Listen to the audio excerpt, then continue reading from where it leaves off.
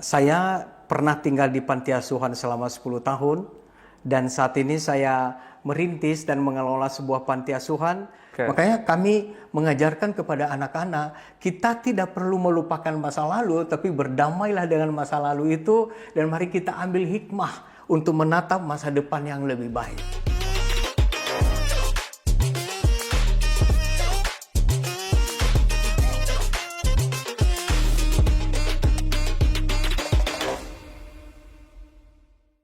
Hai teman-teman Behind the Story, welcome back di season yang spesial ini. Ini episode spesial kita merayakan Christmas hari ini. Teman-teman lagi ngapain Christmas hari ini? Semoga Christmasnya seru dan banyak insight-insight baru ya menjalani Christmas dengan sukacita dari Tuhan. Oke? Dan hari ini kita spesial banget kedatangan pendiri satu yayasan, ada panti, ada sekolah.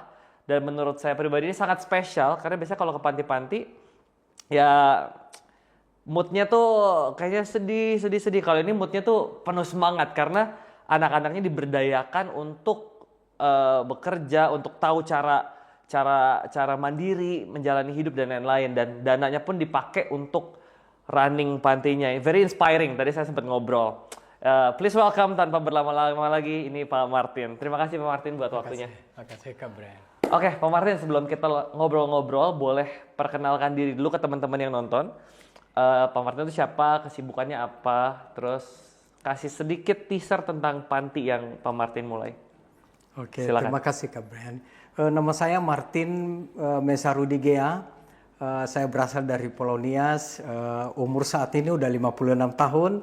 Dan saat ini saya mengelola sebuah lembaga namanya Yayasan Prima Unggul. Saya pernah tinggal di panti asuhan selama 10 tahun dan saat ini saya merintis dan mengelola sebuah panti asuhan. Tujuannya ingin merubah paradigma masyarakat mengenai panti asuhan. Bahwa di panti asuhan itu yang kita angkat adalah bagaimana kekuatan tentang anak-anak panti. Saya bersama dengan Ibu Debbie dan 3 anak kami juga ikut berkontribusi untuk mengembangkan potensi-potensi bagi anak-anak panti asuhan. Oke, thank you Pak Martin. Pak Martin bilang dulu sempat juga jadi anak panti asuhan. Ya, betul Kak Brian. Oke, kita mulai cerita pelan-pelan. Saya pengen tahu kisahnya Pak Martin dulu kok bisa jadi anak panti asuhan, habis itu perjalanan 10 tahun ya. 10 tahun jadi anak panti asuhan, apa aja yang dirasain dan apa yang membuat akhirnya Pak Martin, saya pengen buka panti asuhan deh pas udah dewasa gitu, udah besar. Silakan Pak. Iya Kak, saya berasal dari pedalaman ya, sehingga untuk sekolah juga sangat sulit. Dan pada saat itu untuk bisa sekolah harus ke kota kecamatan. Dan satu-satunya cara adalah tinggal di asrama atau lebih persisnya adalah panti asuhan. Dan tentu ya karena keadaan keluarga, ekonomi keluarga juga sangat sulit, sehingga ya saya tinggal di panti asuhan. Dan lebih parah lagi ketika saya waktu SMP bapak saya meninggal, sehingga untuk sekolah di tingkat SMA pun sesuatu yang sangat berat. Dan akhirnya lagi-lagi saya dibantu oleh seorang Romo pada saat itu, dan akhirnya saya bisa sekolah sampai lulus SMA, dan saya pernah sekolah pendidikan lanjut selama 2 tahun juga di bidang kegiatan keagamaan. Dan saya bersyukur bahwa di dalam kegiatan selama 10 tahun itu saya dibiayai, saya diberikan sekolah sehingga saya bisa menyelesaikan pendidikan. Tapi satu hal yang menjadi tantangan berat bagi saya ketika keluar dari panti adalah ya mungkin karena selama 10 tahun ya udah biasa dikasih makan, fasilitas, semuanya. Benar saya tinggal merantau di Jakarta ini, untuk makan saja susah. Ya kadang-kadang saya mengingat ya, bagaimana saat itu untuk beli nasi, saya nggak bisa beli soto. Saya masih ingat hanya bisa kuah soto itu. Saking susahnya makan, dan itu satu perjuangan yang tidak mudah saya alami lebih setahun di Jakarta. Baru tahun kedua saya bersyukur bertemu dengan orang tua asuh, sehingga saya bisa kuliah dan sambil bekerja. Akhirnya saya bisa menyelesaikan pendidikan di bidang pendidikan S1 di teologi, dan akhirnya setelah itu saya bisa bekerja, ya bahkan saya juga pernah jadi PNS, jadi guru agama, tapi sambil mengajar saya juga melanjutkan pendidikan S2 di bidang manajemen, sehingga saya bisa mengembangkan diri lebih, dan saat itu saya kerinduan untuk bisa sekolah terus, dan akhirnya saya melanjutkan pendidikan S3 di bidang pendidikan juga. Tapi ketika menjelang selesai pendidikan S3 saya selama proses pendidikan itu saya banyak menganalisa mengenai kenapa anak-anak panti selalu tinggal dalam kemiskinan dan bahkan turun-temurun mereka tinggal di panti asuhan. Berangkat dari keprihatinan inilah akhirnya pada saat itu setelah saya bicara dengan istri saya, akhirnya saya memutuskan saya keluar dari PNS dan saya memulai sebuah panti asuhan sekaligus sekolah bagi anak-anak Yayasan Prima Unggul. Apa yang saya lakukan di Yayasan Prima Unggul sangat sederhana. Saya tidak mau anak-anak yang keluar dari Yayasan Prima Unggul hidup miskin dan susah seperti saya. Maka selama di Yayasan Prima Unggul, saya latih mereka untuk berwirausaha, mengembangkan potensi-potensi yang ada dalam diri mereka, merubah pola-pola pikir mereka supaya mereka bisa lebih terarah kepada hal yang lebih positif dengan cara merubah karakter mereka juga, sehingga mereka menjadi SDM ya yang lebih siap menghadapi dunia nyata. Itu sekilas mengenai harapan-harapan ketika saya mendirikan Yayasan Prima Unggul. Nah sekarang kita pelan-pelan nih dari yang 10 tahun Pak Martin hidup di panti asuhan gitu ya. Saya selama SMA, kuliah, sampai kerja ya beberapa kali ada Pak ke panti gitu. Nah, saya tuh penasaran apa yang ada di pikiran anak-anak panti waktu ada orang-orang luar tuh datang, kasih pertolongan, bikin event, happy. Karena saya sempat bertanya-tanya, apakah mereka sebenarnya, kan Papa pernah ada di posisi itu ya. Apakah sebenarnya anak-anak itu tuh happy atau sebenarnya merasa jadi sedih karena saya nggak seberuntung orang lain, karena yang terdisplay kan itu Pak, yang seperti ini anak-anak kasihan terus perlu dikasihanin.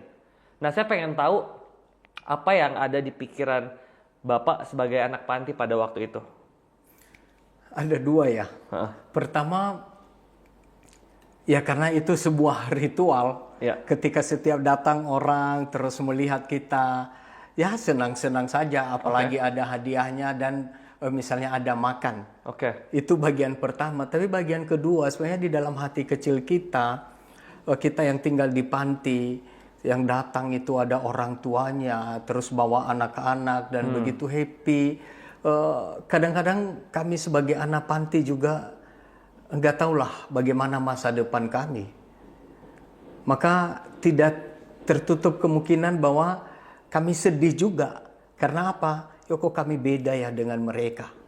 Walaupun di balik itu ada kegembiraan karena biasanya ada hadiah kalau ada yang berkunjung di panti. Itu realita yang kadangkala tanpa sadar bahwa itu yang kami alami sebagai anak-anak yang pernah tinggal di panti juga.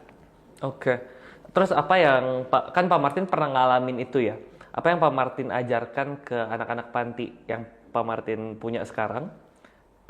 Kan mereka juga pasti ngalamin itu tuh. Jadi bagaimana menanggulangi pikiran-pikiran seperti itu Pak? Apa yang Pak Martin ajarin ke mereka? Yang selalu saya sampaikan ke anak-anak bahwa jika ada tamu yang datang ke sini, kita tetap senang juga. Tetapi ada hal yang penting adalah buat tamu yang datang ke sini merasakan sukacita dari apa yang bisa kamu lakukan. Makanya anak-anak biasanya kalau ada tamu kan mereka sambut dengan lagu dan tarian. Sehingga orang-orang yang datang justru ketika pulang merasa, aduh Pak Martin, kami bukan menghibur, malah justru kami yang terhibur. Dan saya katakan ke anak-anak, ketika tamu kita datang dengan membawa hati dan mereka memberikan sesuatu kepada kamu, maka apa yang kamu terima itu adalah penghargaan dari apa yang kau lakukan. Lihat mindsetnya beda. Berarti mereka bukan sekedar sasaran belas kasih. Tetapi ketika mereka menerima sesuatu, mereka sudah melakukan dulu. Itu pola pikir yang saya tanamkan sehingga bagi anak-anak, oke, kita berikan yang terbaik kepada siapapun yang hadir di sini. Dan ketika mereka menerima sesuatu nanti, itu penghargaan dari apa yang mereka lakukan. Ini cukup berbeda dari sudut pandang. Ya, itu menarik ya. Pak Martin ajarin mereka kalau kalian bukan sasaran belas kasih. Memang benar ya kata Tuhan, dia bilang memberi itu lebih berbahagia daripada menerima gitu ya. Nah, dari anak-anak tuh, ada nggak yang sempat cerita ke Pak Martin tentang struggle pribadinya, tentang perasaan mereka waktu lagi sedih, kayak gitu. Ada nggak sih cerita-cerita menarik yang personal ke Pak Martin? Ya, masing-masing anak ya punya satu latar belakang yang berbeda, punya dinamika yang berbeda. Kami bersyukur ya di Yayasan Prima Unggul karena saya dan Ibu Debbie sebagai orang tua bagi anak-anak. Sehingga banyak berbagi peran. Biasanya kalau hal-hal yang bersifat personal atau yang membutuhkan memang pendekatan lebih personal, apalagi banyak anak-anak kami kan putri ya, kalau mereka bisa dekat dengan ibu, sehingga mereka bisa curhat di situ, bahkan nangis, bahkan yang macam-macam lah. Kalau saya lebih banyak memang mengarahkan mereka untuk mengenai pendidikan, bagaimana memandang apa yang kita alami itu bukan alasan bagi kita untuk berhenti. Tapi saya selalu katakan kepada mereka, masa lalu kita adalah pelajaran bagi kita. Kita tidak perlu melupakan, justru tetap kita ingat, tetapi bagaimana kita berdamai dengan masa lalu itu dengan melihat bahwa ada hal-hal yang bisa kita perjuangkan dari pengalaman-pengalaman yang pahit itu. Makanya kami mengajarkan kepada anak-anak, kita tidak perlu melupakan masa lalu, tapi berdamailah dengan masa lalu itu, dan mari kita ambil hikmah untuk menatap masa depan yang lebih baik. Kan karena Pak Martin ajaran mereka, kamu tuh bukan sasaran belas kasih, makanya Pak Martin juga equip mereka untuk bisa jadi pribadi-pribadi yang unggul, yang mandiri. Nah, kegiatan apa aja yang Pak Martin ajarin supaya mereka bisa jadi pribadi-pribadi yang unggul? Ya, ada satu keyakinan bahwa setiap manusia dilahirkan di dunia ini, apapun latar belakangnya, keadaan ekonominya, tetapi sebuah keyakinan Tuhan memberikan potensi diri dalam diri setiap orang yang diciptakan di dunia ini. Dan dari potensi diri itulah manusia bisa mengembangkan diri. Itu yang keyakinan kami, bahwa siapapun anak panti yang datang di tempat kami pun kami dampingi mereka. Kami mencoba menggali apa yang menjadi potensi yang ada dalam diri mereka. Dan kami memberikan berbagai peluang-peluang di panti untuk bisa mengembangkan potensi itu masing-masing. Dan hasilnya sangat luar biasa. Yang terarah di bidang catering, yang terarah di bidang videografi misalnya, di bidang seni, di bidang pendidikan. Dan mereka menjadi anak-anak yang sangat-sangat luar biasa. Bukan hanya perjuangan mereka, tetapi dampak yang mereka bawa juga sungguh memberikan kegembiraan bagi banyak orang. Termasuk ketika datang tamu atau diundang mereka di berbagai event, benar-benar mereka tunjukkan bahwa kami bisa memberi yang terbaik. Ini kan sesuatu yang luar biasa yang ada dalam diri mereka, dan akhirnya mereka meyakini, oh ternyata kami bisa. Wow.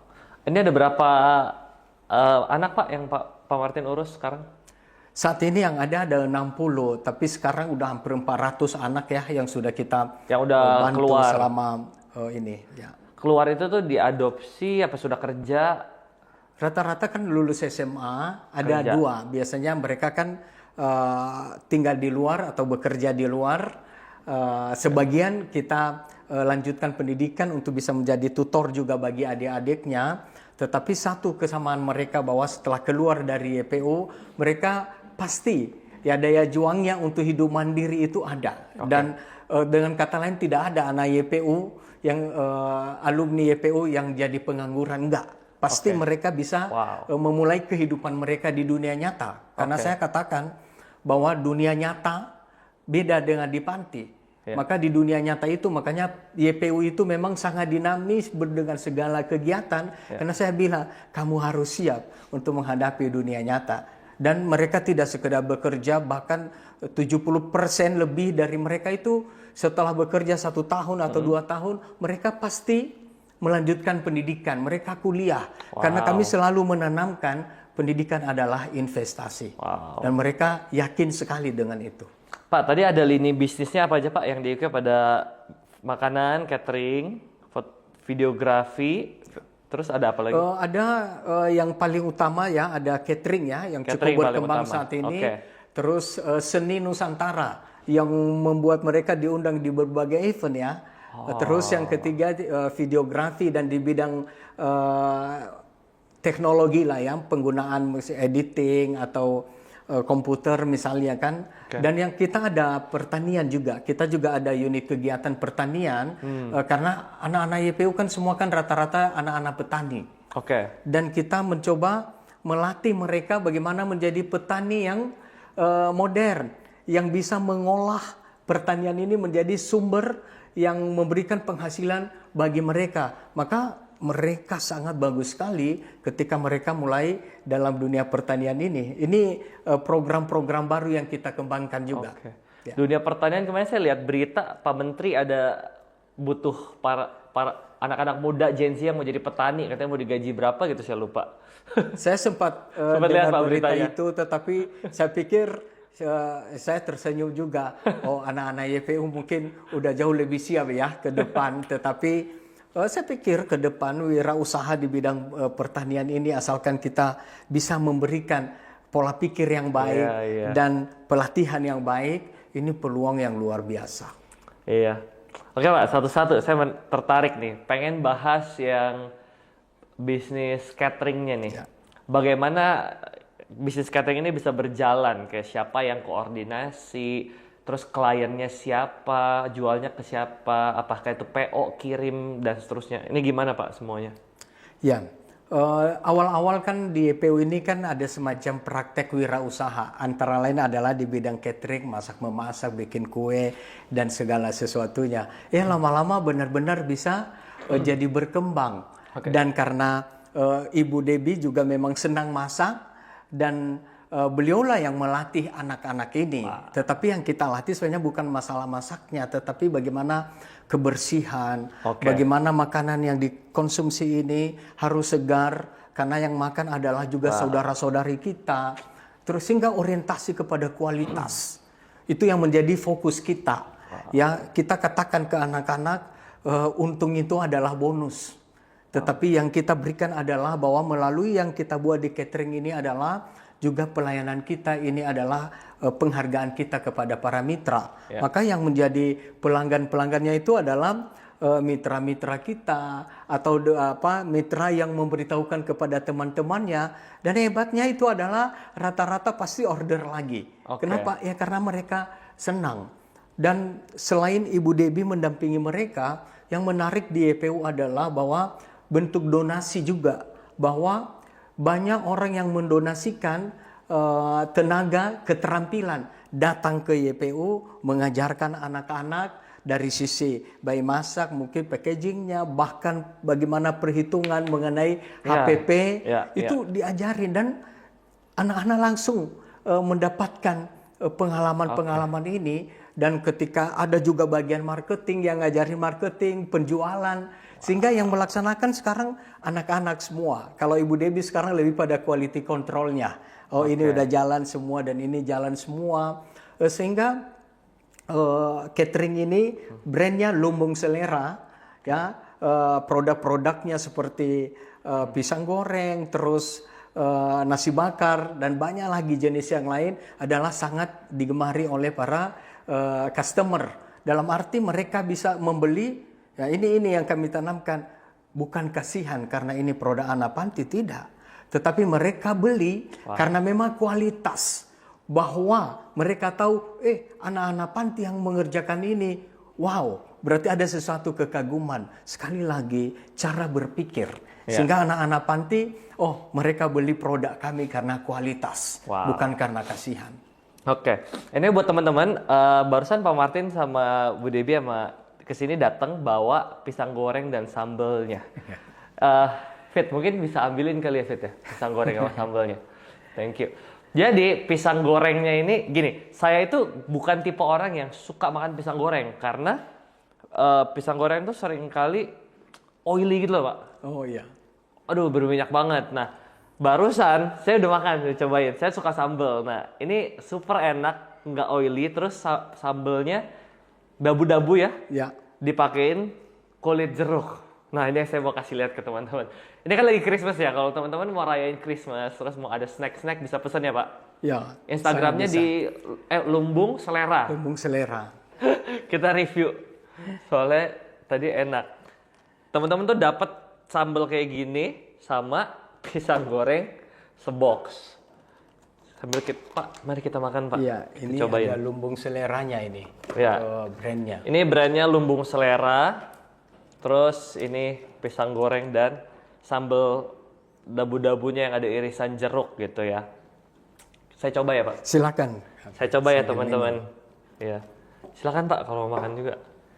Jadi saya tuh bukan big fans dari pisang goreng, cuman ini nggak berminyak kayak pisang goreng pada umumnya. Bener yang Bapak bilang, diajarin bersih, jual kualitas bukan karena jual kasihan gitu ya. Oke, ini pisang gorengnya.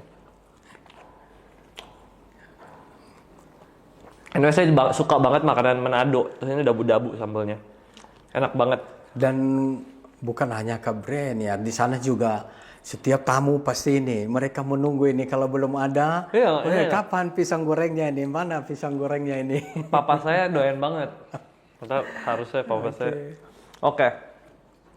Bisnis yang kedua ada belajar videografi. Videografi juga dan mereka sering diundang juga untuk ngambil video, fotografi itu juga beberapa siswa dan alumni kita itu sudah punya profesi yang baik di bidang itu sehingga media sosial dari Yayasan Prima Unggul itu semua dikelola oleh anak-anak. Dan sekali lagi itu donasi tenaga dan keterampilan dari mitra kita. Makanya saya selalu sampaikan di YPU bahwa jenis berdonasi itu ada 4. Pertama adalah ide dan pikiran. Kita bantu ide dan pikiran kepada para pimpinan di YPU apa yang bisa kita lakukan bersama di panti-panti misalnya. Yang kedua adalah donasi tenaga dan keterampilan.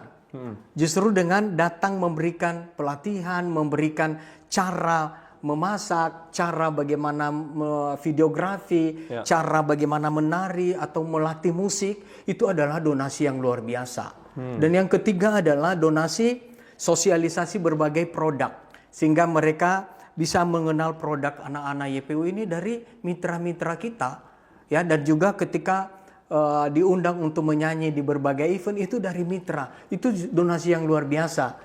Dan keempat adalah donasi ya mungkin biaya pendidikan dan biaya kebutuhan sehari-hari. Tapi 1, 2, 3 ini sangat-sangat terasa bahwa yang menentukan sampai 70% biaya operasional di Yayasan Prima Unggul dari uni-uni kegiatan ini adalah ya dampak dari donasi 1, 2, 3 tadi, yaitu pikiran, keterampilan dan sosialisasi kepada customer-customer baru. Justru kalau misalnya dana betul butuh, cuman itu untuk operasional yang sifatnya jangka pendek ya Pak. Betul. Kalau yang 1, 2, 3 ngajarin skill itu buat jangka panjang.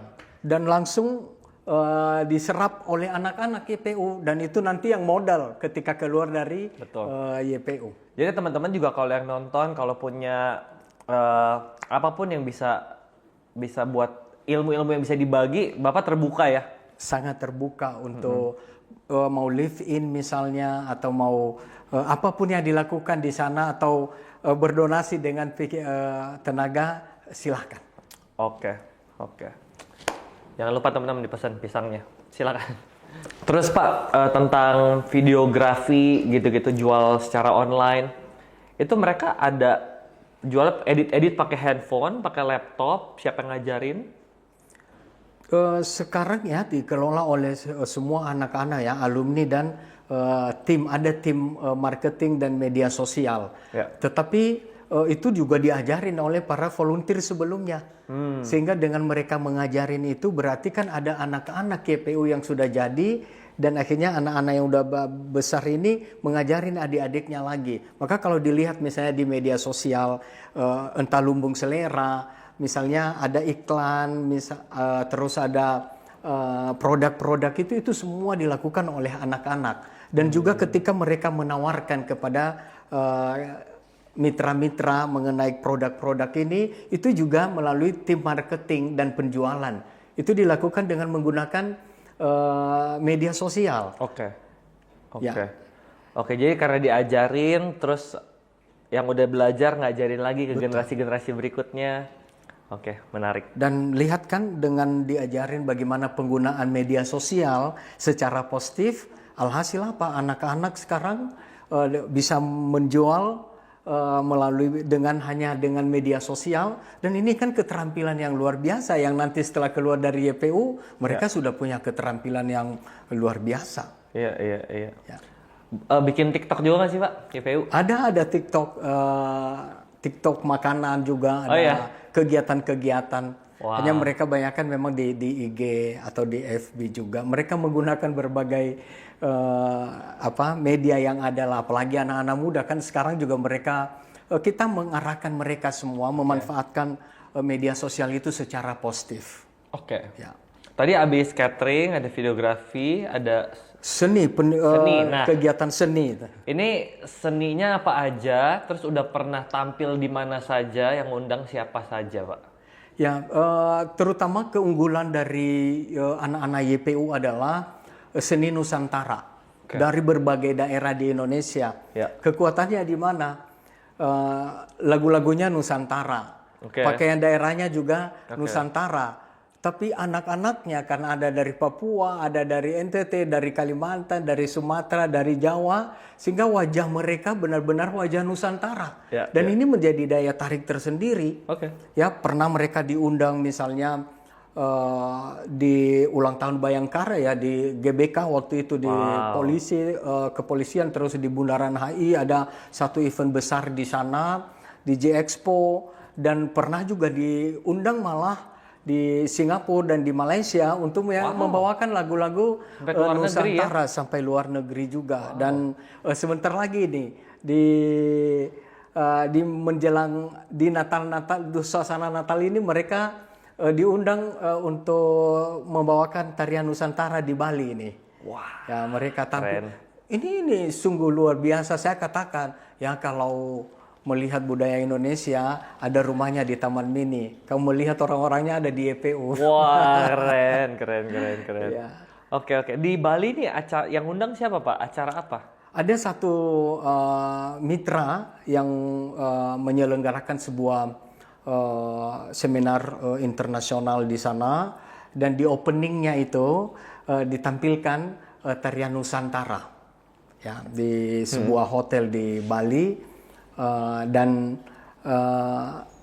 ya, selain nanti kegiatan di hotel mereka menari, kita juga menyanyi di salah satu gereja di sana, dan selain itu jalan-jalan. Dan ini pertama kali buat mereka pergi ke Bali loh. Wah, ini pengalaman perdana. Berapa juga. orang Pak yang berangkat nanti? Nah, sebenarnya yang diundang itu hanya 5 Kak. Karena biaya pesawat dan biaya hotel sana. Tapi kita bicara dengan mitra kita, bisa nggak diuangkan biaya itu? Oh bisa. Akhirnya apa? Kita mengelola sendiri, dan akhirnya bisa kita bawa 15 anak. Yaitu lewat darat, yaitu kita menyewa satu tempat di sana, nanti ada villa, dan diberikan kemudahan di sana. Kendaraan juga dari Jakarta nanti pulang pergi juga diberikan kemudahan oleh mitra-mitra kita. Sungguh luar biasa lah. Saya pikir ini hadiah Natal yang luar biasa bagi anak-anak YPU. Jadi dari catering, terus belajar marketing, digital marketing, terus dari seni dan berikutnya itu di bidang pertanian. Itu kita pertanian itu ada sayur mayur ya di situ, terus ada budidaya ikan tawar. Tambak. Terus ada nanti ayam kampung ya, sehingga kita coba membiasakan anak-anak mungkin kan bukan dalam skala besar, tetapi ada satu laboratorium di mana mereka belajar di situ bagaimana proses dari awal dan tentang tantangan-tantangan mereka, sehingga suatu saat nanti mereka kembali ke daerah pun mereka bisa menggunakan model seperti itu, atau bahkan juga mereka juga membangun wirausaha dengan cara-cara seperti itu. Jadi dari catering, terus belajar marketing, digital marketing, terus dari seni dan berikutnya pertanian. Itu di bidang pertanian. Itu kita pertanian itu ada sayur mayur ya di situ, terus ada budidaya ikan tawar. Tambak. Terus ada nanti ayam kampung ya, sehingga kita coba membiasakan anak-anak. Mungkin kan bukan dalam skala besar, tetapi ada satu laboratorium di mana mereka belajar di situ bagaimana proses dari awal dan tentang tantangan-tantangan mereka, sehingga suatu saat nanti mereka kembali ke daerah pun mereka bisa menggunakan model seperti itu, atau bahkan juga mereka juga membangun wirausaha dengan cara-cara seperti itu. Karena saya berpikir nggak cukup konsep lah yang kita berikan kepada anak-anak muda sekarang. Kita harus terjun di lapangan, harus praktek. Dengan demikian mereka enjoy dengan itu dan mereka tahu juga hasilnya, maka mereka lebih tertarik. Untuk pertanian, tanahnya di mana Pak buat lakuin ini semua? Selama ini kita sudah coba ya selama 2 tahun di Lewiliang di Bogor. Ya cukup berjalan lancar ya, bagus. Dan sekarang kita mulai kembangkan di lahan yang agak lebih besar, tapi kita sekarang pindah ke daerah Sumatera, yaitu perdagangan dekat Siantar. Nah, ada satu tempat di sana dan bagus untuk pertanian. Ini baru kita mulai awal bulan ini. Ini tahun ketiga lah pertanian bagi YPU, dan dulu waktu kita di Bogor hasil pertanian itu bisa mensuplai untuk bahan-bahan untuk catering. Nah, ini yang menarik, bahwa sebenarnya itu ada satu lingkaran yang menarik, seperti cabai misalnya kan, tidak perlu dijual di pasar tapi diolah untuk catering, dan bahkan mereka juga membuat dalam bentuk sudah diolah, dikasih di dalam sebuah tempat, setelah itu bisa dijual juga. Sehingga dari pengalaman-pengalaman ini kita memberikan banyak imajinasi bagi anak-anak bahwa sesungguhnya banyak potensi untuk pengembangan diri, untuk menjadi manusia-manusia mandiri. Itu tujuannya sebenarnya. YPU ini kan ada panti dan ada sekolah. Dan operasional pasti membutuhkan biaya ya. Nah, seberapa besar kegiatan-kegiatan ini berkontribusi Pak sama YPU? Kosnya YPU ini? Selain panti asuhan, kita ada sekolah non formal. Anak-anak belajar di rumah melalui online. Kita bekerja sama dengan satu sekolah. Mereka belajar di rumah, dan setelah belajar di rumah, mereka kan mengembangkan keterampilan-keterampilan tadi. Ada 2 tujuan sih kenapa memang kita memikirkan panti mandiri. Pertama adalah saya memberikan satu pemahaman bagi anak-anak bahwa hidup kita setelah di panti, kita itu hidup mandiri dan berjuang sendiri. Maka bahkan sampai sekarang juga karena kita fokus untuk anak-anak, rumah kita juga masih ngontrak. Ya, dan kita sekarang itu 70% kita berjuang supaya bisa memenuhi kebutuhan. Sebenarnya pelajaran yang kita berikan ke anak-anak adalah bahwa kita di luar nanti tidak otomatis semuanya lancar. Tetapi dengan perjuangan yang kita buat saat ini, maka kita juga bisa survive di luar. Sebenarnya kami menempuh cara panti mandiri ini sebenarnya bagian dari edukasi bagi anak-anak. Bahwa supaya kita jangan terlalu mudah ya tangan di bawah tergantung kepada pihak lain, tetapi kita berjuang. Makanya tadi ada yang kurang-kurang, itu bonus yang Tuhan berikan. Tapi saya tanamkan kepada mereka, di luar panti nanti kamu minta sumbangan atas nama siapa? Ini loh, banyak kan kadang ada di panti, kami anak-anak panti kan selama di panti kan banyak yang peduli, banyak yang datang, banyak yang membantu. Tapi setelah kami jadi alumni panti, atas nama siapa orang membantu kami? Ini tantangan berat sebenarnya bagi anak-anak panti asuhan. Saya selalu katakan, anak-anak panti selama di panti asuhan aman sentosa. Penderitaan anak panti mulai ketika dia keluar dari panti asuhan, penderitaan mulai menghadapi anak-anak panti. Itulah sebabnya tantangan berat itu menjadikan ketika anak panti itu berkeluarga nanti, punya anak, ya mudahnya udah masuk panti lagi. Setelah itu generasi berikutnya sama, sehingga kan ada yang turun-temurun tinggal di panti asuhan. Kan ini bukan gembira baik. Ini memprihatinkan. Dan saya pikir ini harus menjadi kesadaran bersama. Bahwa anak panti tidak hanya sekedar butuh sekedar makan, tempat tinggal, atau sekedar sekolah. Tapi bagaimana kita membantu mereka, mengolah mereka potensi-potensi yang mereka punya. Sehingga menjadi modal untuk melanjutkan kehidupan mereka selanjutnya. Saya pikir ini yang jauh lebih penting sebenarnya di panti asuhan dan bagi anak-anak panti. Jadi ini salah satu panti yang spesial ya teman-teman. Selama saya ke beberapa panti gitu ya, dari SMA sampai kuliah, sampai kerja gitu ya. Ini panti yang visinya pengen bisa mandiri, yang berusaha untuk tidak hanya mengandalkan donatur, ya, tapi mau bisa mandiri. Ya, itu luar biasa sih Pak. Gitu. Terus Pak, saya mau tanya ya, kenapa Pak Martin memilih jalur ini ya? Ini kan repot Pak, ngurusin orang banyak. Kenapa akhirnya, oh ini jalan saya? Ya, mungkin latar belakang juga. Latar belakang hit kalkulator manusia kan, saya nggak mungkin juga sampai pada titik seperti ini kalau bukan campur tangan Tuhan. Oke. Dan sebagai seorang anak panti yang sangat susah hidupnya dan penuh perjuangan, nggak mungkin juga sampai pada titik ini kalau bukan campur tangan Tuhan. Ya. Kesadaran atas campur tangan Tuhan itulah yang menjadikan saya bahwa apa yang bisa saya lakukan. Dan setelah saya berefleksi, saya sampai pendidikan, saya bisa berkarir juga. Tapi saya menemukan Tuhan punya tujuan dalam hidup saya. Dan pada akhirnya saya memilih mendirikan panti asuhan dan mengelola panti asuhan seperti ini. Saya meyakini bahwa ini tujuan Tuhan. Martin, saya ambil kau dari panti. Saya beri kesempatan untuk pengembangan diri, sekarang kembali ke panti. Dan sekarang mungkin awal-awal penuh perjuangan, pergumulan juga. Tapi kalau ditanya sekarang ini, yes. Ya dalam arti 100%, ya. Dan saya mensyukuri bahwa Tuhan memberi kesempatan kepada saya bersama dengan keluarga saya untuk bisa melakukan karya-karya seperti ini. Ya kami hanyalah sarana kecil di tangan Tuhan, tetapi saya dan Ibu Debbie dan saya juga tanamkan kepada 3 anak kami bahwa kita bersyukur bahwa Tuhan memberi kesempatan kepada kita untuk membantu saudara-saudara kita yang seperti ini. Saya katakan ke anak-anak ini, mereka ini latar belakang papa dulu seperti mereka ini.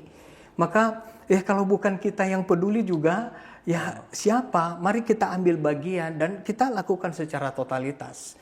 Dan kami senang bahwa 3 anak kami pun selalu mereka punya kontribusi dengan cara mereka masing-masing. Okay. Ya kebetulan mereka di bidang seni, di bidang musik juga, sehingga mereka banyak membantu adik-adik asuh mereka dan kami benar-benar menjadi satu keluarga. Ya. Oh, anak Pak Martin di bidang seni dan musik? Ya, tiga-tiganya. Tiga-tiganya? Ya, pertama penyanyi, yang kedua lebih banyak musisi ya. Dan ketiga itu lebih pada di nyanyi juga, melatih vokal, sehingga anak nomor 2 sama nomor 3 itu lebih banyak yang mendampingi anak-anak melatih di bidang vokal, di musik ya. Nah ini kami juga mensyukuri semua itu dan kami senang bahwa 3 anak kami pun ini sekolah kehidupan mereka. Okay. Karena dari kecil kan mereka udah ketemu, awalnya mereka bingung. Ini papa mama ini banyak sekali anak-anak. Kenapa kok banyak sekali? Tapi yang nggak mudah memang untuk menyadarkan. Tapi kami bawa mereka waktu itu ke rumah anak-anak asuh di daerah-daerah. Kalau kami rekreasi biasanya ke daerah-daerah. Akhirnya mereka memahami sekarang bahwa ya akhirnya mereka punya hati yang peduli. Ya, dan mereka juga hidup mandiri. Mereka berjuang secara masing-masing ya, dengan caranya masing-masing, karena mereka tahu juga papa mamanya juga kan banyak tanggung jawab lain, dan sekarang mereka udah mulai membantu dengan sekali lagi dengan cara-cara mereka ya, sehingga dengan demikian kami mensyukuri bahwa ini adalah berkat yang Tuhan berikan kepada keluarga kami Dan kami mensyukuri karena kami diberi kesempatan untuk melakukan ini. Dan tentu bagi kami juga mereka adalah bukan siapa-siapa, mereka adalah anak-anak kami. Ya, kami tidak membedakan ini anak siapa atau bagaimana, tapi ini anak yang Tuhan kirim kepada kita. Mari kita mempersiapkan mereka dengan baik. Dan kami senang karena mereka juga bertumbuh dengan baik dan luar biasa, mereka juga bisa membawa kontribusi bagi orang-orang yang lain. Ya, sehingga saya diambil dari seorang anak panti, terus kita bisa membuat ratusan anak-anak panti, dan anak-anak panti ini nanti saya meyakini mereka akan membantu banyak anak-anak yang punya latar belakang mereka, seperti mereka. Maka saya merangkum kepada mereka, mari kita semakin memperbesar lingkaran kasih itu. Karena kalian ada di sini karena kasih, dan saya juga bersama keluarga bisa seperti ini juga karena kasih. Dan nanti kalian bagilah kasih itu supaya lingkaran kasih itu semakin besar. Karena pada akhirnya ya kita bisa hidup hanya karena kasih juga. Ya. Ini kehidupan yang lebih menyenangkan ya Pak daripada terus jadi PNS, terus nyalek Pak. Iya. Oke. Nah Pak, ini kan jalanin panti ini sudah 14 tahun ya? Sebenarnya kami punya panti asuhan sudah 26 tahun.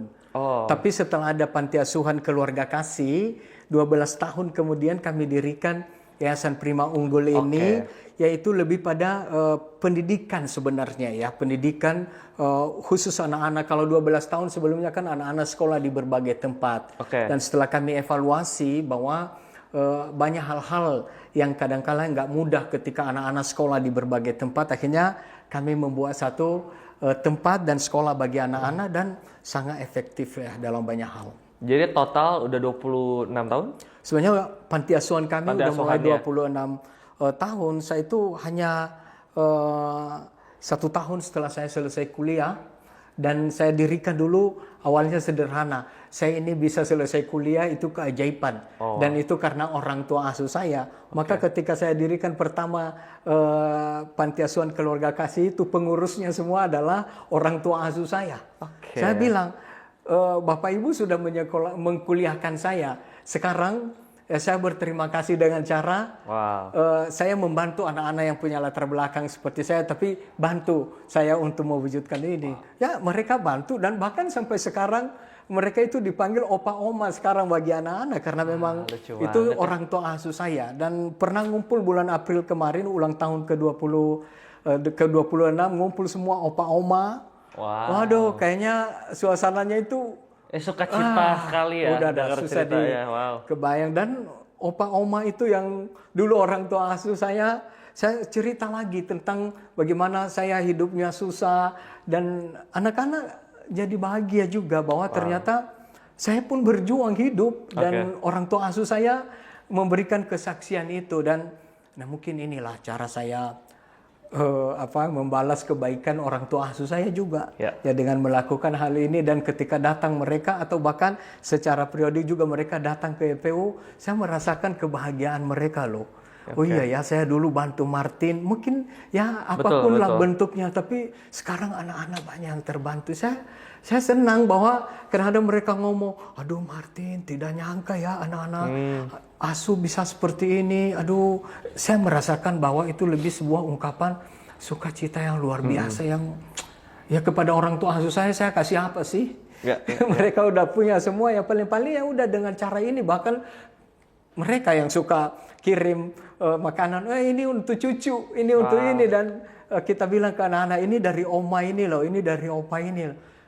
Kayaknya kaya banget ya, ada satu kekayaan. Dan saya berpikir kekuatan kasih di sini loh. Saya benar-benar merasakan itu bahwa iya ya, ternyata memang definisi tentang kasih itu memang gak bisa kita definisikan secara gamblang, tapi kita temukan dalam satu proses. Betul.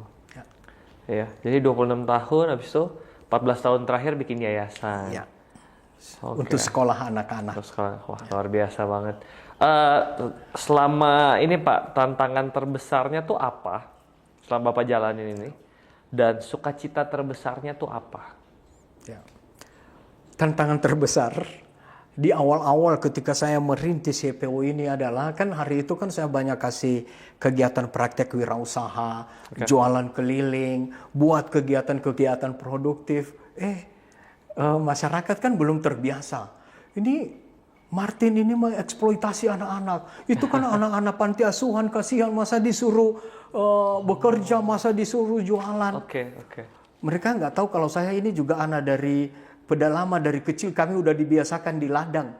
Bahkan ada yang bilang, ini bisa masuk ini loh, ditangkap loh, ini mengeksploitasi anak-anak. Tapi saya diam aja. Kenapa? Kadang-kadang apa yang menjadi tujuan kita, apa yang menjadi visi kita itu kan tidak semua orang paham. Dan sampai detik ini pun, dalam semua kegiatan-kegiatan kita ini, ada aja juga yang memang belum sampai pada kesadaran. Tapi saya bersyukur bahwa teman-teman di awal-awal itu yang banyak memberikan komentar, sekarang malah justru sahabat-sahabat saya, dan mereka tanya, Pak Martin kok bisa seperti ini? Saya bilang bisa, asalkan kita, ya repot, ya pasti repot. Tapi memang kan mengelola, mengatur manusia kan memang butuh ya nggak ada santai, kita harus repot dan kita punya hati. Itu saya berpikir tantangan-tantangan itu memang butuh satu proses sampai orang mengatakan, oh iya ya, itu butuh waktu bertahun-tahun. Dan tantangan yang berikutnya yang menjadi sukacita bagi saya adalah 26 tahun kan saya udah mulai dirikan YPO. 7 tahun terakhir baru istri saya ya benar-benar terjun dan totalitas mendukung saya dalam karya sosial ini. Lihat sekian puluh tahun, ya istri saya kurang mendukung kegiatan saya, yang membiarkan saya. Ya dalam arti ya memang kami punya latar belakang yang berbeda. Ya, tetapi sukacita besar kami adalah setelah 7 tahun terakhir ini istri saya benar-benar terjun di dalamnya, dan bahkan dia sekarang ya lebih banyak ngurusin. Saya lebih santai sekarang sebenarnya, dan sukacita terbesar adalah karena semua kami sekeluarga betul-betul totalitas memberikan hati untuk anak-anak, dan tentu sukacita yang tiada tara. Ya setiap hari kami ketemu dengan pribadi-pribadi Tuhan Yesus yang ada dalam diri anak-anak, sehingga buat kami ya inilah interaksi personal kami dengan Tuhan yang melalui anak-anak yang kami layani di YPU, dan ya sungguh sukacita. Oke. Pak, kira-kira kalau saya mau tanya Kasri boleh gak ya? Oh iya, ini boleh. Boleh. Mungkin Kasri boleh kesini. Kasri silakan duduk. Saya mau tanya sedikit aja Kasri. Silakan. Kalau berdiri dapat kan? Oke, Kasri silakan duduk. Ini mic-nya dari saya aja nih. Bentar ya. Panas. Aman? Segini ya? Oke, saya mau tanya sama Kasri. Kasri ini adalah salah satu anak asuh di panti asuhannya Pak Martin ya? Yang akhirnya sudah bisa, baru lulus kuliah, baru wisuda? Ya boleh ceritain sedikit nggak Kasri bagaimana pengalamannya di panti asuhan, masuk ke situ usia berapa, terus belajar apa aja, terus bersyukurnya untuk apa aja? Silakan Kak. Oke. Jauh ini Kak. Ya. Kalau dari saya, pertama kali datang di Yayasan Prima Unggul memang pertama kali tinggal dengan lingkungan banyak teman, karena memang background saya, latar belakang saya biasanya dulu tinggal sendiri di kebun, terus pulang pergi dan lain sebagainya. Tapi setelah di YPO memang saya salah satu anak yang susah untuk bergabung dengan teman-teman saya yang lain. Jadi kalau mau ngobrol, mau cerita segala macam agak sulit, karena memang saya tidak pernah berkomunikasi dengan banyak orang ketika saya di kampung. Tapi selama di YPO, dengan berjalannya waktu saya bersyukur bahwa Bapak dan Ibu selalu melihat perkembangan saya. Dan memang saya salah satu anak yang susah untuk bergaul dengan teman-teman saya. Itu juga sulit sekali untuk saya tuh bisa berkembang gitu. Gimana saya bisa melakukan sesuatu seperti teman-teman, karena mereka semua tuh beraktivitas tiap hari tuh kayak udah biasa. Saya yang baru pertama kali datang rasanya sulit. Di situ Bapak dan Ibu selalu menanya-nanyakan ke saya. Jadi mau jadi apa, terus kamu sebenarnya itu bisanya bagian apa. Dari situ Bapak dan Ibu melihat perkembangan saya, memberikan saya kesempatan, dan memang sebenarnya saya juga waktu itu malu juga karena di usia saya sudah 17 tahun saya belum lulus SMP di saat itu. Tapi Bapak dan Ibu memberikan kesempatan saya untuk mengikuti jalur paket B untuk bisa saya lulus SMP, dan di saat itu saya rasa bisa nggak sih saya selesaikan, karena memang saya sudah lama tidak sekolah waktu di kampung. Udah tidak tahu lagi bagaimana bisa membaca, menulis dan lain sebagainya. Akhirnya saya belajar lagi dalam waktu hanya 6 bulan di situ SMP. Saya diberikan kesempatan dan saya senang bisa lulus SMP saat itu. Setelah itu Bapak dan Ibu memberikan saya kesempatan lagi untuk SMA di Yayasan Prima Unggul. Berjalan setelah selesai SMA, Bapak dan Ibu juga melihat terus dan sangat mendukung perkembangan saya. Saya diberikan kesempatan untuk kuliah pertama kali di UT bagian manajemen. Sebenarnya salah satu tantangan juga bahwa kok bisa, maksudnya nggak mungkin saya kuliah setelah saya bersekolah di YPU. Tapi Bapak dan Ibu selalu mendukung saya, melihat perkembangan saya, memberikan saya kesempatan. Di UT juga masih semester 4 belum selesai kuliah, Bapak dan Ibu lagi-lagi memberikan kesempatan buat saya untuk kuliah di Atmajaya jurusan pendidikan waktu itu. Jadi memang saya jujur saya tidak tahu kenapa semua ini bisa terjadi dalam kehidupan saya, tapi dengan berjalannya waktu semua itu saya selalu bilang sama Tuhan, terima kasih sudah mengirimkan saya orang tua yang hebat, orang tua yang luar biasa, sangat peduli dengan saya, dengan tulus mendukung saya. Mereka bukan siapa-siapanya saya, tapi kenapa mereka yang harus mengorbankan segala sesuatu untuk saya. Tadinya saya tidak bisa apa-apa, dari sekolah sama sekali tidak ada harapan untuk melanjutkan di bagian pendidikan sampai dengan saat ini.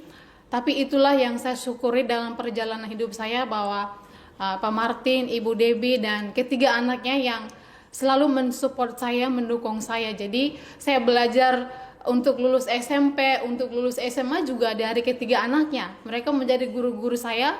Dengan berjalannya waktu ya sampai dengan saat ini bisa selesai kuliah, dan memang Oktober kemarin wisuda di Atmajaya. Saya bersyukur sekali. Untuk saat ini saya diberikan kesempatan juga oleh Bapak dan Ibu untuk mendampingi adik-adik saya di komunitas, dan juga belajar terus. Sekolah. Dan memang di YPU Bapak dan Ibu melihat perkembangan saya karena udah selesai kuliah juga, senang sekali Bapak dan Ibu mendukung saya, dan saat ini saya juga menjadi kepala sekolah SMA di Yayasan Prima Unggul, dan juga menjadi admin keuangan di Yayasan Prima Unggul. Dan ini menjadi sarana dan media buat saya bahwa saya tidak berhenti di situ saja. Saya harus lebih belajar sungguh-sungguh lagi, karena bagaimanapun apa yang sudah saya dapatkan di YPU, saya harus juga berbagi dengan teman-teman yang mungkin lebih parah hidupnya dari saya. Karena itu tujuan dari komunitas kita, dan saya rasa ini yang lagi sedang saya berjuang untuk bagaimana saya bisa berbagi kembali apa yang saya dapatkan, kasih yang melipat ganda itu kepada saya, supaya nanti saya bisa berikan kepada teman-teman dan orang-orang yang ada di sekitar saya. Terima kasih, luar biasa sekali Kak Sri. Boleh silakan. Thank you Kak Sri. Sama-sama Kak. Oke. Sebentar.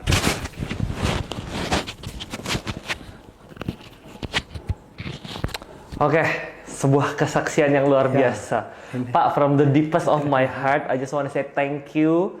Udah invest your life, invest your heart, sama Bu Debbie juga. Terima kasih banyak, karena it's very encouraging ya melihat cerita kayak Kak Sri, banyak orang yang diberkati. I think Christmas tuh kayaknya ini yang Yesus tuh ingin kita lakukan ya, untuk mengasihi sesama, untuk nggak jadi hebat sendiri tapi bantu orang lain. I think ini yang Yesus pengen kita lakukan. I think kenapa dia juga akhirnya memutuskan datang ke dunia menyelamatkan manusia ya, supaya kita juga bisa saling mengasihi satu sama lain. Gitu ya, luar biasa banget. Mbak, dari yang harusnya nggak lanjut sekolah ya, iya, sekarang udah jadi kepala sekolah. Iya. Luar biasa. Sukacita besar kan? Sukacita besar. Ya. Gitu ya. Jadi hidup nggak melulu tentang harta, tahta, posisi gitu ya Pak? Ya. Dan ini mungkin tadi mengenai Sri ya, karena kita tahu latar belakangnya dan dia bisa seperti ini, ya saya pikir hadiah bagi dia juga tidak sekedar sebagai kepala sekolah, hanya sekedar sebuah jabatan, tetapi hidupnya bisa menjadi inspirasi bagi adik-adiknya. Dan setelah ini memang kita lagi sambil siapkan juga supaya melanjutkan nanti di S2. Tujuannya adalah supaya Sri dengan latar belakangnya yang menurut sekali lagi tidak mungkin, tetapi menjadi mungkin di dalam Tuhan. Dan saya berpikir tepat ya di suasana Natal seperti ini, bahwa inilah hadiah Natal yang sungguh luar biasa, yaitu sukacita ketika kita melihat mereka yang lemah itu menjadi kuat dan menjadi berkat bagi banyak orang. Ya, saya pikir kami sungguh mengalami makna Natal dalam kehidupan kami sehari-hari di YPU, di mana sukacita itu terasa bagi satu dengan yang lain. Walaupun datang dari berbagai tempat, tetapi kita disatukan menjadi satu keluarga. Bukan karena sebuah kebetulan, tapi ini rencana indah yang Tuhan berikan kepada kita. Ya, sehingga sukacita itu selalu menjadi tolok ukur bagi kita di dalam satu komunitas. Apakah kamu bahagia, kamu bersukacita satu dengan yang lain? Karena tanpa itu apapun yang kita raih juga ya tidak banyak manfaat, karena tujuan kita adalah supaya membawa dampak yang lebih baik bagi sesama. Itu yang menjadi sesuatu kami hayati ya. Makanya kalau ditanya di masa Natal seperti ini bagi kami, mungkin ini hadiah Natal yang terindah, di mana Tuhan Yesus selalu hadir bersama-sama, dan tanda kehadiran Tuhan Yesus kan ada sukacita. Betul. Termasuk dalam situasi yang tidak mudah, dalam situasi sulit juga, kita bisa bersukacita. Ya, dan saya pikir ini karya terbesar yang Tuhan berikan kepada kita.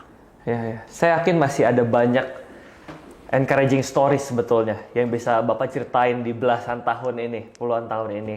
Tapi kita udah ngobrol 1 jam, Pak, tanpa terasa. Iya, kita udah ngobrol 1 jam. Mungkin terakhir saya minta Pak Martin untuk kasih tahu ke teman-teman bagaimana yang nonton ini bisa terlibat nih ke YPU. Apa yang bisa dilakukan? Tadi kan ada 4 cara tuh. Mungkin bisa dijelasin sekali lagi, Pak. Silakan. Oke. Baik, terima kasih. Harapan kami adalah dengan mendengarkan sharing kami, ke depan mari kita melihat kekuatan yang ada dalam diri setiap anak panti asuhan. Dan kekuatan itu telah kami tumbuh kembangkan dalam komunitas Yayasan Prima Unggul. Dan supaya ini lebih optimal lagi, ada 4 cara untuk berkontribusi untuk mendukung anak-anak YPU. Pertama adalah hadir dengan ide dan pemikiran untuk memberikan inspirasi kepada anak-anak YPU di panti asuhan. Yang kedua adalah hadir dengan memberikan keterampilan yang Anda punya, apapun, untuk bisa memberikan pelatihan bagi anak-anak di YPU. Yang ketiga adalah sosialisasikan bagi teman-teman, bagi para sahabat, apa produk-produk yang mereka hasilkan. Karena kita dukung mereka dengan cara bagaimana kita mempromosikan apa yang mereka hasilkan. Dan yang terakhir adalah ya tetap kita butuhkan dukungan dana dan kebutuhan pokok sehari-hari bagi anak-anak YPU. Ini yang kami harapkan, dan semoga para sahabat juga semakin bahagia dalam melihat anak-anak panti, bahwa anak-anak panti adalah anak-anak pembawa sukacita. Terima kasih. Wow, luar biasa banget. Terima kasih banyak Pak Martin untuk waktunya. Semoga anak-anak semakin bertumbuh, semakin diperlengkapi. Amin. Terima kasih, Kak. Terima kasih waktunya. Teman-teman, thank you so much udah nonton episode ini. Saya yakin banyak pelajaran berharga yang bisa kita ambil. And again, Happy Christmas everyone. Have a great day. God bless you guys. Bye-bye.